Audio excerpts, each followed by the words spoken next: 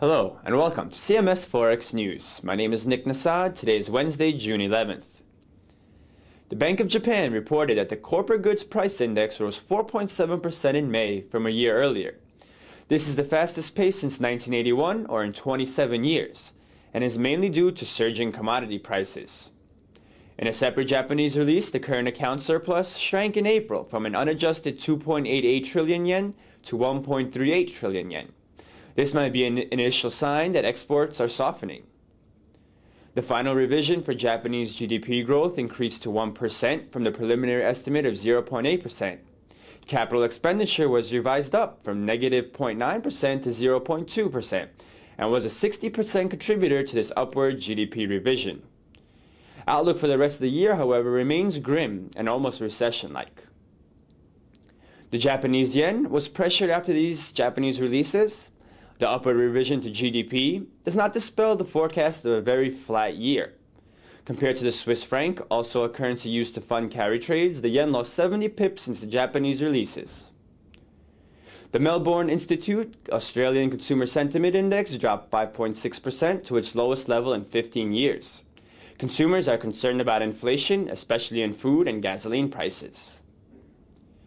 UK's labour market picture is looking grimmer every month. 9,000 more unemployment claims were seen in May, marking 4 months in a row that this count has increased. April's figures were also revised up significantly from an initial reading of 7,200 to 11,200 persons. The unemployment rate edged up to 5.3%. One interesting note is that the number of employed persons for the 3 months to April came in at 29.55 million, the highest since 1971, when comparable records began being kept.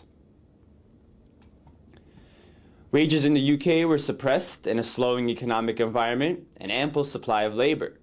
The annual growth rate of average earnings, including bonuses, were 3.8% in the 3 months to April. These reports are indicative of a shaky job market resulting from the recent slowdown. With wage increases declining and inflation accelerating, consumers should definitely draw back on spending, which can grind the economy to a halt. Trade deficit of goods widened to £7.5 billion in April, rounding off the batch of weak UK releases. The deficit remained flat with EU countries and widened with non-EU countries.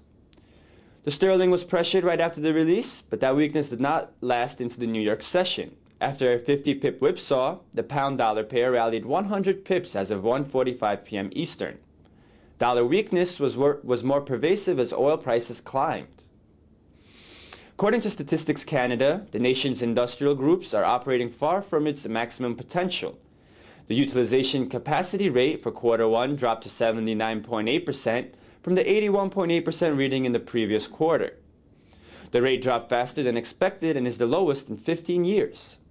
The automotive sector was the main drag, and every group but the oil and gas extraction saw falling production capacity.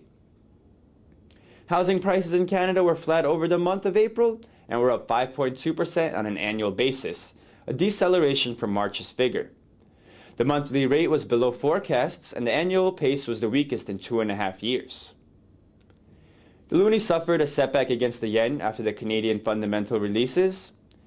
After the releases, the Canadian dollar-Japanese yen pair fell from the 105.50 level to consolidate at the 105 area as of 2 p.m. Eastern. The US dollar has been on a recent tear, as central bank officials and Treasury President Paulson continues talking up the currency. Overnight, however, the dollar weakened while oil prices climbed. With Wall Street opening weaker because of pressured financials, the dollar-yen pair continued to slide. As of 2:15 p.m. Eastern, the pair was down 100 pips. Tonight, New Zealand reveals its food price index and manufacturing PMI, while Australia releases its employment change and unemployment rate.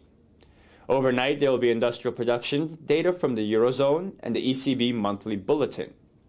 Tomorrow, the U.S. releases data on retail sales, weekly jobless claims, import prices, and business inventories. And that wraps up this Wednesday edition of our broadcast. Thank you for joining us here at CMSFX.com, and happy trading.